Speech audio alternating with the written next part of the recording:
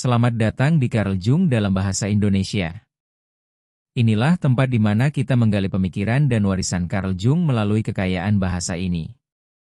Menyelamlah ke dalam psikologi mendalamnya dan temukan bagaimana konsep-konsepnya dapat mengubah cara pandang terhadap kehidupan.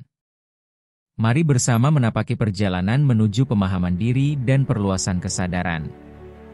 Pastikan untuk berlangganan saluran ini dan mengaktifkan lonceng notifikasi agar kamu tidak ketinggalan satupun episode. Bergabunglah dengan komunitas penjelajah Jungian kami dan perluas pemahamanmu tentang jiwa manusia bersama Carl Jung dalam bahasa Indonesia. Pernahkah kamu menyadari bahwa saat kamu berhenti sejenak, segala sesuatu mulai membaik? Kedengarannya seperti paradoks, bukan?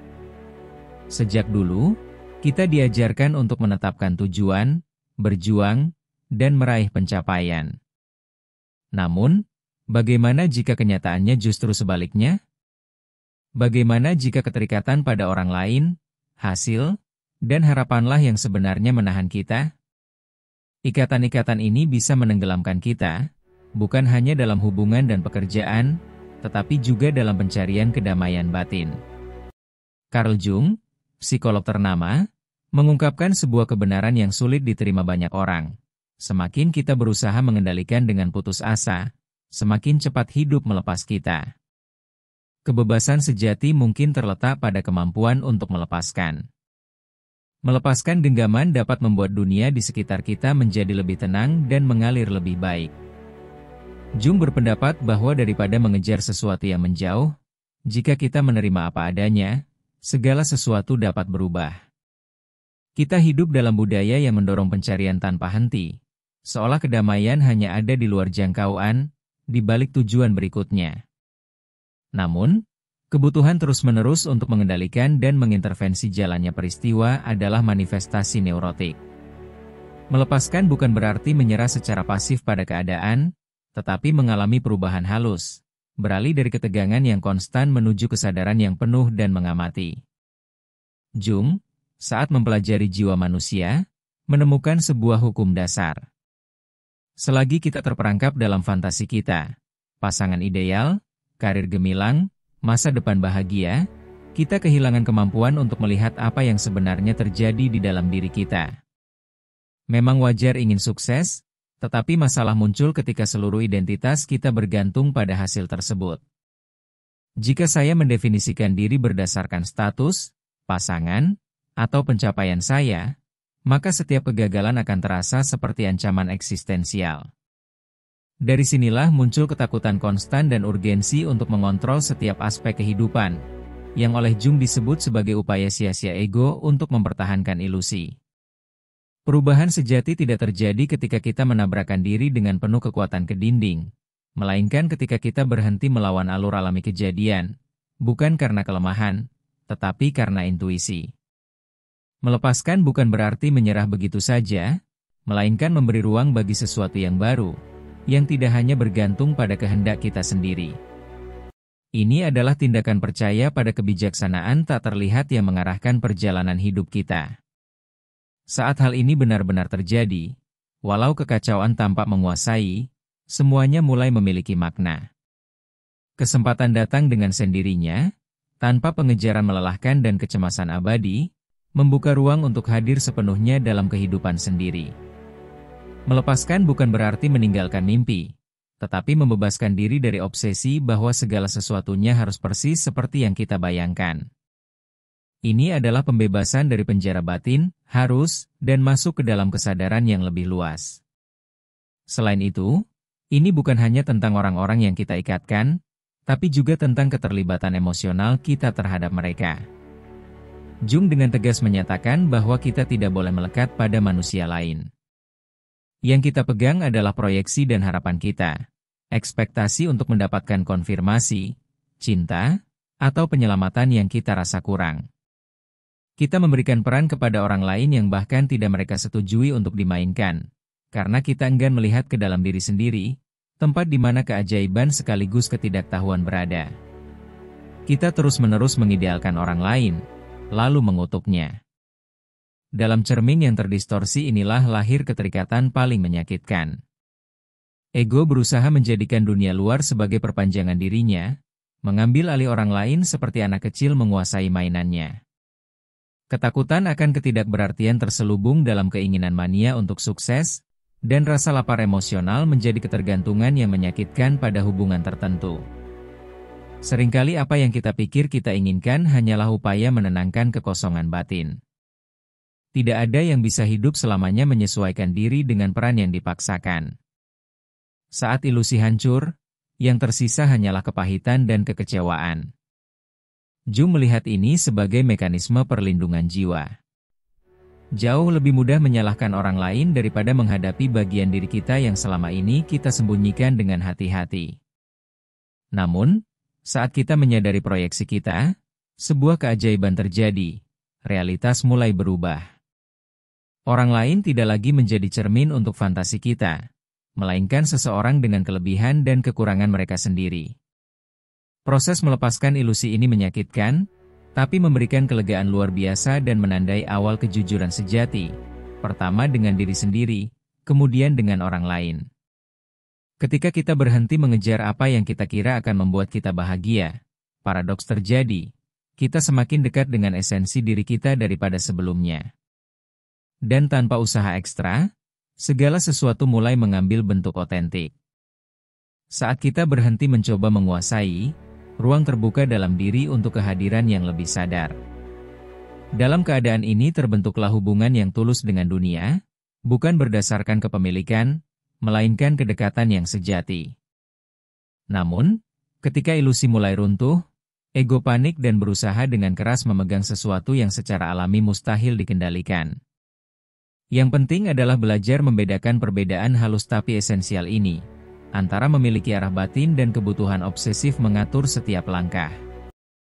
Harmoni lahir dari penerimaan diri, bukan dari dominasi kompulsif. Karena ketakutan, yang terselubung dengan cerdik sebagai kompetensi, kita membuat rencana dan berusaha mengantisipasi sebanyak mungkin pilihan, seolah-olah hal itu bisa memberi kita jaminan atau rasa aman. Namun sebenarnya, keinginan untuk mengendalikan segalanya hanyalah upaya ego untuk menghindari yang tak terelakkan, ketidakpastian dan ketidakterdugaan hidup.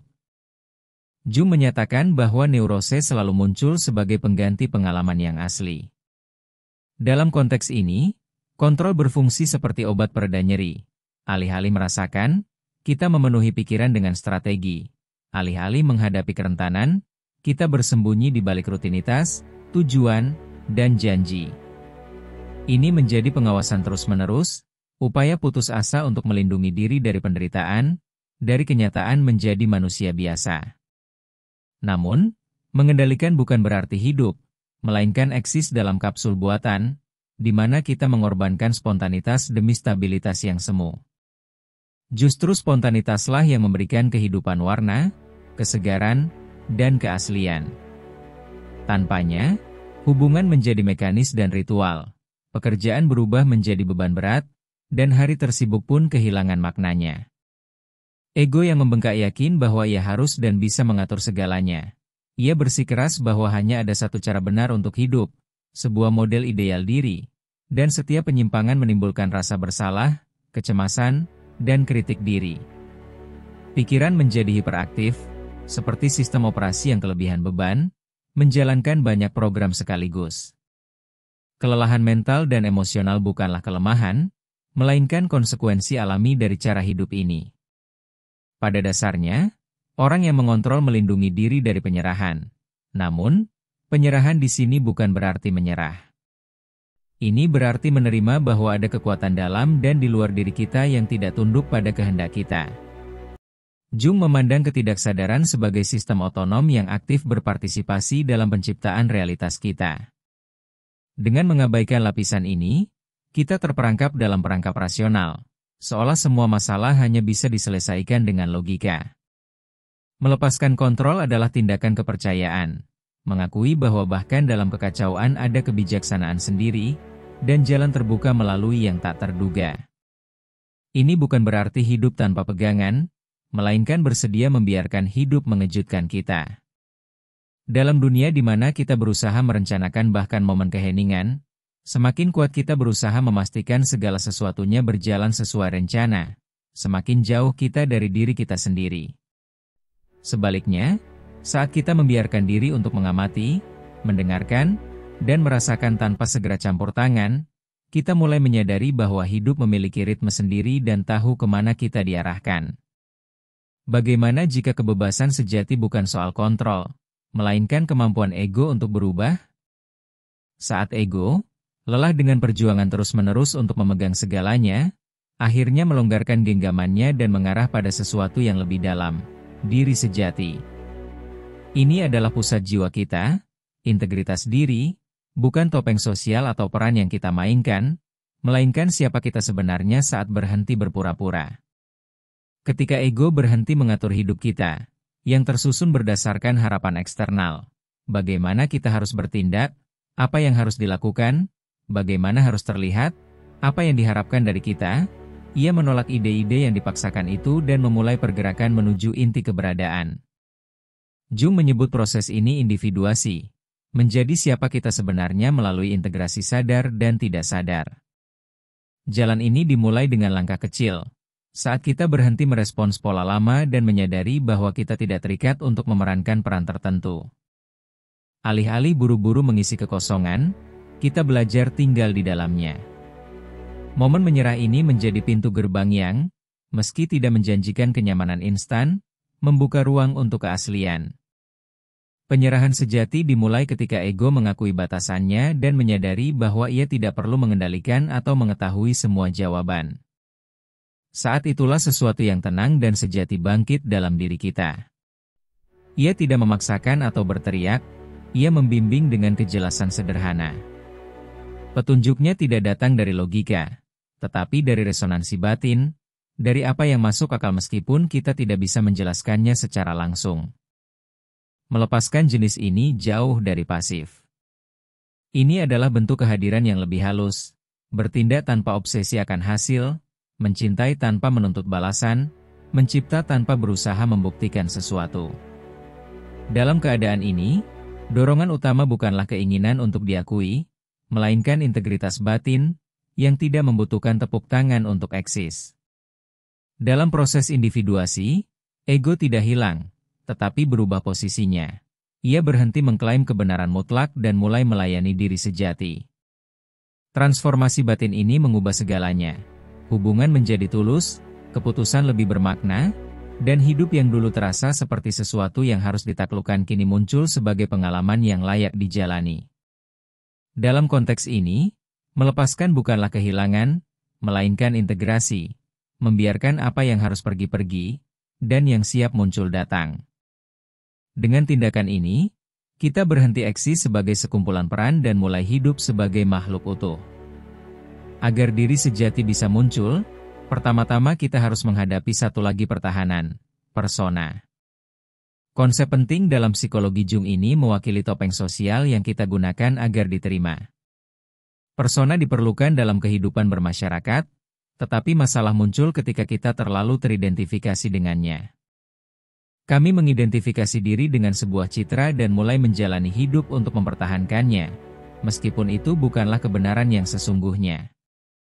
Menjadi kuat, spiritual, sukses, atau ideal mungkin terdengar mulia, tetapi label-label itu menuntut harga yang tinggi, pengawasan terus-menerus, kelelahan karena peran yang dimainkan, dan yang terburuk, terpisah dari diri sendiri. Sulit merasa utuh ketika sebagian besar waktu dihabiskan untuk mempertahankan berbagai peran. Jung memandang persona sebagai alat yang berguna tapi terbatas, sebuah jembatan antara dunia batin dan luar. Masalah muncul ketika kita lupa bahwa ada sesuatu yang lebih dari sekadar konstruksi itu. Ketika keterikatan pada citra itu menjadi sangat kuat, setiap ancaman terhadapnya menimbulkan rasa takut, kemarahan, dan pertahanan. Pada titik ini, kita tidak benar-benar hidup, kita hanya mengelola kesan. Pembebasan dimulai saat kita menyadari bahwa tidak perlu mempertahankan cerita permanen tentang diri kita. Kita boleh salah, mengubah pendapat, dan menerima kontradiksi tanpa harus konsisten dengan masa lalu. Keaslian lahir dari kejujuran terhadap apa yang kita rasakan saat ini, meski tidak selalu diterima oleh semua orang. Melepaskan persona yang telah kita bangun adalah tindakan radikal yang membutuhkan keberanian. Tampil tanpa pelindung, menjadi diri sendiri walaupun berarti kehilangan citra yang telah kita bentuk selama bertahun-tahun. Namun, justru tindakan ini yang membebaskan. Ini tentang meninggalkan peran yang salah dimengerti, menarik napas dalam-dalam, dan menjadi penulis sejati dari kata-kata kita sendiri.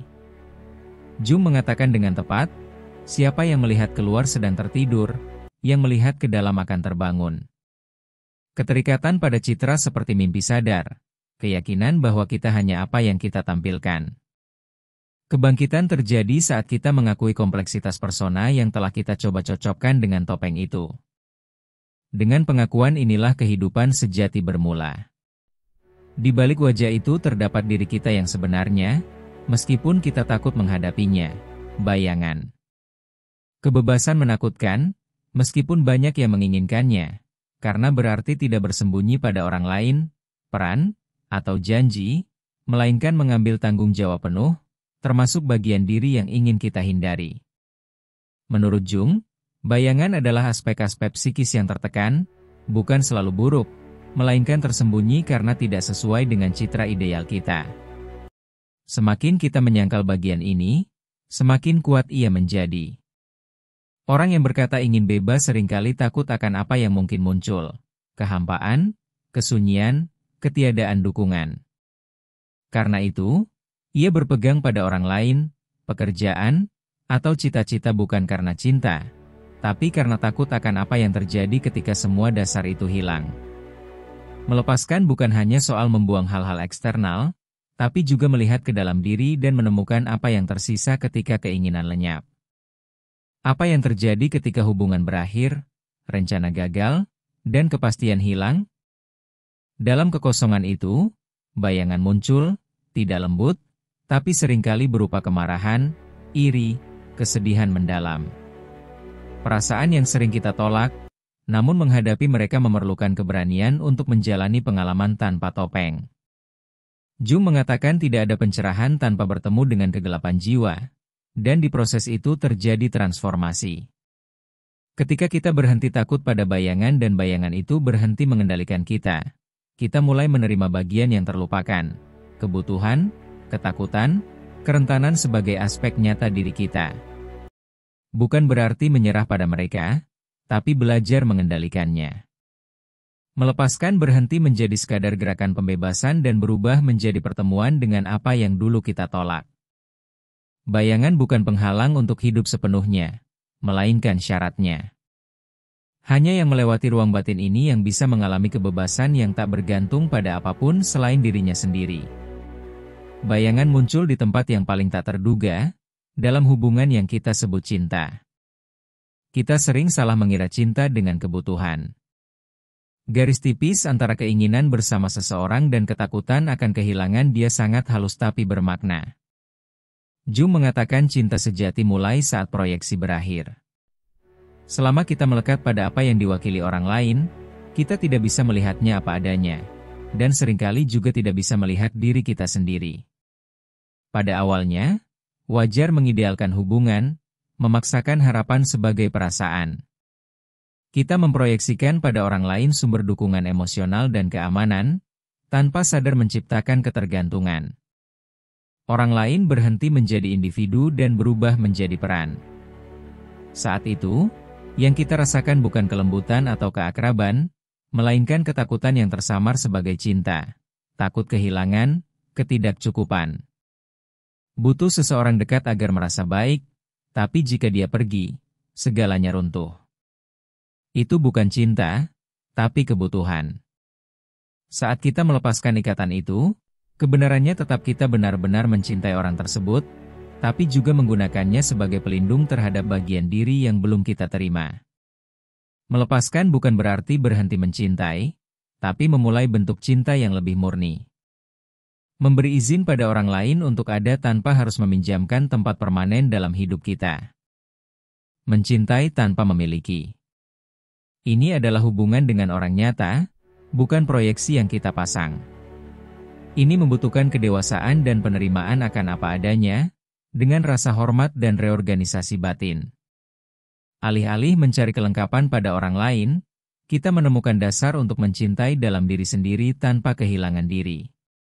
Cinta sejati tidak menuntut kepemilikan atau dingin dan menjauh. Sebaliknya, ia menjadi lebih hadir karena tidak memberi makan ketakutan. Ini terjadi saat kita berhenti menghapus diri kita sendiri. Ini adalah keberadaan bersama tanpa saling meluruhkan satu sama lain. Kepenuhan dimulai ketika proyeksi berakhir. Saat itulah hubungan sejati dimulai, sebuah pertemuan antara dua kesadaran yang tidak saling membatalkan atau menyatu, melainkan saling mengenali. Pengakuan ini memungkinkan cinta yang bebas. Namun, mempertahankan topeng dan kecanduan menguras banyak energi. Ada titik ketika, meski berusaha keras bertahan, segala sesuatunya tidak lagi berjalan. Gambaran yang dibuat untuk memenuhi harapan mulai runtuh. Kekuatan yang dulu terasa sebagai hasil kontrol berubah menjadi beban yang melelahkan, terlihat secara fisik, menandakan ego sudah lelah. Keletihan ini bukan kemalasan atau kelemahan, melainkan jeritan diam dari alam bawah sadar, sebuah jeda batin yang berkata, aku tak bisa terus berpura-pura. Disinilah diri sejati mulai muncul, bukan dengan kegembiraan, melainkan dengan ketenangan khusus yang datang ketika sesuatu berakhir. Jung melihat krisis ini sebagai panggilan untuk mencari kebenaran. Ketika dunia batin kacau, ini menandakan bahwa sebuah organisasi baru sedang disiapkan pada tingkat lain. Kelelahan emosional yang umum sekarang ini bisa dipahami bukan hanya sebagai kelebihan rangsangan, tetapi juga sebagai kelebihan peran, harapan berlebih, dan kurangnya kesesuaian dengan apa yang benar-benar kita rasakan. Hidup yang didasarkan pada mempertahankan citra membutuhkan energi terus-menerus, menimbang kata, emosi, dan reaksi, serta mengendalikan diri setiap saat. Tetapi ketika tubuh mulai gagal, pikiran membeku, dan kemauan hilang, sesuatu harus diperhatikan. Saat itu, melepaskan menjadi alternatif nyata. Bukan sebagai pelarian, melainkan pembebasan. Terlihat bahwa tak perlu lagi memaksakan sesuatu, tak perlu membuktikan nilai diri. Kita dapat berhenti tanpa lenyap, dan mulai tampil lebih otentik. Ego menolak ini, takut semuanya akan runtuh tanpa usaha. Namun, menyerah bukan kekalahan, melainkan kebijaksanaan psikologis. Memaksa batas hanya akan membawa kehampaan. Jung mengatakan bahwa jiwa yang diabaikan menghasilkan gejala. Jika didengarkan, ia membuka jalan. Kelelahan akibat mengenakan topeng terus-menerus adalah undangan untuk berhenti sejenak dan bertanya apa yang benar-benar berarti. Mengakui bahwa terkadang kita perlu rileks, melepaskan beban berpura-pura, dan membiarkan jeda itu memunculkan sesuatu yang asli. Ketika topeng jatuh, tersisa rasa sakit yang jarang dikenal, kepahitan kehilangan siapa diri kita yang sebenarnya tak pernah ada. Banyak yang bicara tentang melepaskan sebagai kebebasan, tapi sedikit yang membahas rasa sakitnya.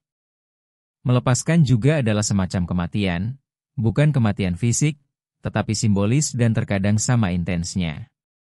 Melepaskan gagasan, hubungan, atau proyeksi masa depan adalah merasakan duka atas sesuatu yang tak pernah terwujud. Ini adalah kebenaran menyakitkan yang Jung pahami. Penderitaan bukan kesalahan yang harus dihapus, melainkan proses penting untuk transformasi. Tanpa kematian, tak ada kelahiran kembali. Ini berlaku pada siklus eksternal maupun internal. Saat sesuatu harus pergi, rencana yang gagal atau identitas yang tak lagi bertahan, setiap air mata, walau menyakitkan, diperlukan. Melepaskan dalam konteks ini bukan keputusan dingin dan rasional, melainkan proses emosional dalam yang sering membawa kita ke tempat hening, keraguan, dan kerentanan. Kekosongan muncul saat sandaran kita berhenti ada. Meskipun terasa menakutkan, kekosongan itu juga bisa subur. Di ruang itu muncul perasaan kontradiktif, lega dan sedih, bebas dan kesepian, berani dan takut. Semua ini bagian dari duka psikologis, bukan hanya karena kehilangan itu sendiri, tetapi juga citra yang kita pegang, tentang bagaimana seharusnya segalanya. Panggung batin yang tak lagi terwujud menyakitkan ego, yang mencari jawaban dan makna. Namun proses ini tak selalu logis atau linear. Kadang apa yang tak terpenuhi membawa kita untuk merenung, mengatur ulang nilai, dan membangun kembali fondasi. Hanya setelah menghentikan rencana yang tak lagi milik kita, meski terasa familiar, lahir peluang pembaharuan. Menghormati proses ini sama pentingnya dengan melepaskan. Hanya dengan melewati rasa sakit, tanpa menyangkalnya, kita bisa berubah. Tak layak terikat pada penderitaan, tapi juga tak bisa diabaikan. Penderitaan yang disadari memiliki waktunya, dan saat itu sesuatu tumbuh matang. Melepaskan juga mengajarkan cara menghadapi kehilangan tak kasat mata, yang tak meninggalkan bekasnya tetapi melukai jiwa secara mendalam. Di tahap tak terlihat ini mulai tumbuh kehidupan baru, bukan sebagai janji, tapi kesempatan. Saat yang mengikat kita akhirnya menghilang, sesuatu yang menarik terjadi, dunia tak berakhir, justru mulai dibangun kembali. Diam yang dulu menakutkan menjadi subur, dan kekosongan yang menimbulkan takut berubah menjadi ruang. Di ruang ini, hal-hal mulai tumbuh, yang tak bisa lahir selama segalanya dipenuhi kontrol, harapan, dan kebisingan. Seperti membuka jendela setelah bertahun-tahun terkunci. Debu menari di cahaya, udara berganti. Awalnya aneh, tidak nyaman, tapi perlahan napas datang, bersama dengan kesadaran. Pikiran berhenti mengejar dan akhirnya mulai mendengar. Mendengarkan tubuh, waktu, dan sensasi halus. Bayangkan seseorang yang menghabiskan bertahun-tahun dalam sebuah hubungan tanpa adanya pertukaran yang sejati, namun tetap bertahan karena rasa takut, keterikatan, atau kebiasaan. Ketika orang ini akhirnya membiarkan diri melepaskan, bukan hanya melepaskan orang lain, tetapi juga ilusi bahwa segala sesuatu harus terus berjalan. Maka datanglah keheningan dan kekosongan. Namun, tidak lama kemudian muncul ruang, dan dalam ruang itu kreativitas kembali hadir. Ia mulai menulis dan memasak tanpa paksaan, ingin berjalan-jalan dan mendengarkan musik dalam kegelapan. Kembalinya kreativitas ini bukanlah tugas, melainkan ekspresi diri.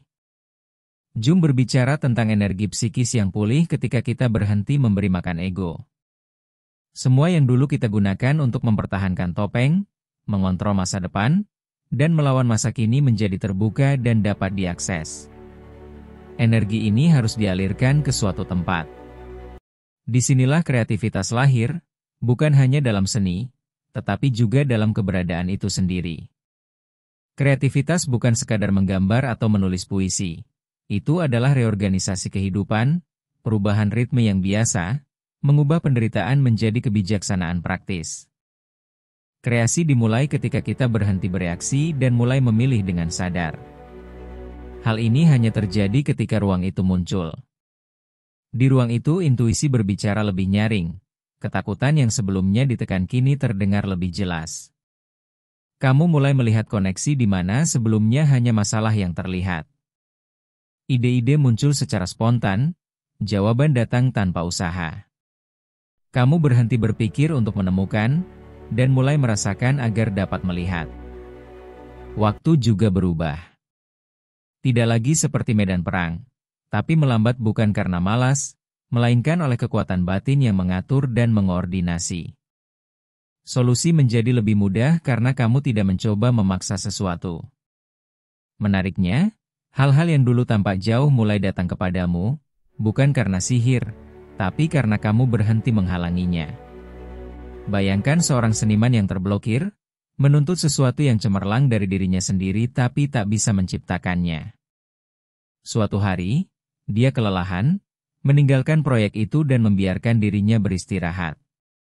Saat berjalan di tengah hampa, dia menerima gagasan baru yang spontan dan hidup. Inilah kekuatan melepaskan. Saat kamu melepaskan apa yang tidak lagi benar, ada ruang untuk kelahiran baru. Ini adalah keadaan kebebasan. Kreativitas dan hubungan dengan diri sendiri bertentangan dengan logika ego. Ego mencari kontrol dan jaminan hasil, sementara kreativitas mencari ekspresi kebenaran dan harmoni.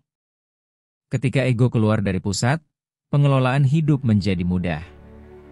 Bukan dengan memaksa, tapi dengan menunjukkan arah dan mewujudkan apa yang membawa kegembiraan, meski tak terlihat atau menghasilkan apapun. Melepaskan menunjukkan potensi tertinggi yang indah, bukan hanya kehilangan, tapi sebuah transisi, jembatan antara apa yang dulu dan apa yang bisa terjadi. Antara siapa kamu yang dulu berusaha membuktikan sesuatu, dan siapa kamu saat merasa cukup menjadi diri sendiri.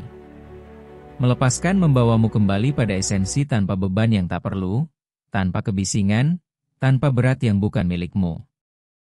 Ruang yang terbuka setelah melepaskan bukanlah kekosongan yang menakutkan, tapi tanah subur yang menunggu kehadiranmu yang sejati. Kehidupan tidak berteriak, tapi berbisik, dan saat kamu menjadi lebih sadar dan bersih dari dalam, kamu mulai mendengarkan. Pada akhirnya, semuanya berujung pada sikap tenang dan terbuka, melepaskan ide, ketakutan, dan cerita yang berulang. Bukan karena lelah, walau terkadang kelelahan itu menjadi awal, tapi dari kejernihan. Ada titik di mana bertahan terasa lebih menyakitkan daripada melepaskan. Sesuatu yang tampak akrab sebenarnya bukan cinta, melainkan rasa takut, kekurangan, dan usaha mempertahankan sesuatu yang mungkin sudah selesai perannya. Mencintai berarti membiarkan yang lain ada, membiarkan hidup mengalir meski tidak sesuai dengan harapan kita. Kontrol bukanlah tanda yang efektif, itu hanya bentuk lain dari perlawanan. Ego berusaha memaksakan realitas agar tunduk pada keinginannya, tapi hidup menurut logika itu adalah hidup dalam ketegangan dan konflik terus-menerus dengan kenyataan, dan tidak ada jiwa yang sanggup menahan itu. Jung memahami bahwa penyembuhan tidak terjadi dengan memaksa mengubah sesuatu, tapi saat kita menerima apa adanya, berhenti melawan kehidupan, dan mulai mendengarkannya. Ketika kita melepaskan pencarian akan apa yang seharusnya, dan dengan berani menghadapi apa yang sudah ada, penerimaan bukanlah penolakan, tapi sebuah pintu yang membuka transformasi sejati. Mungkin pertanyaan terpenting adalah, sampai kapan kamu bertahan pada sesuatu yang menghalangi dan memenuhi ruang dalam dirimu? Melepaskan adalah risiko, tapi bertahan pun demikian. Seringkali, penjara yang paling berbahaya adalah ketakutan akan perubahan, karena kita tidak hadir untuk berperan, melainkan untuk hidup. Hidup sesungguhnya membutuhkan keberanian. Keberanian untuk menyingkirkan lapisan yang tidak lagi cocok, keberanian mendekati apa yang benar-benar penting, dan keberanian untuk membiarkan diri sendiri apa adanya. Kehidupan dimulai saat ilusi kontrol berakhir. Pada saat yang tenang dan intim itu, kita kembali pada diri sendiri bukan sebagai ideal, tapi sebagai kehadiran yang nyata. Dari sana, yang paling penting adalah menemukan jalanmu sendiri. Namun ini baru permulaan. Perjalanan menuju pemahaman yang lebih dalam masih berlanjut.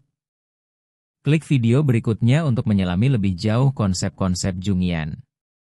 Berlanggananlah, aktifkan lonceng notifikasi, dan ikuti langkah selanjutnya menuju pemahaman alam bawah sadar bersama Carl Jung dalam bahasa Indonesia.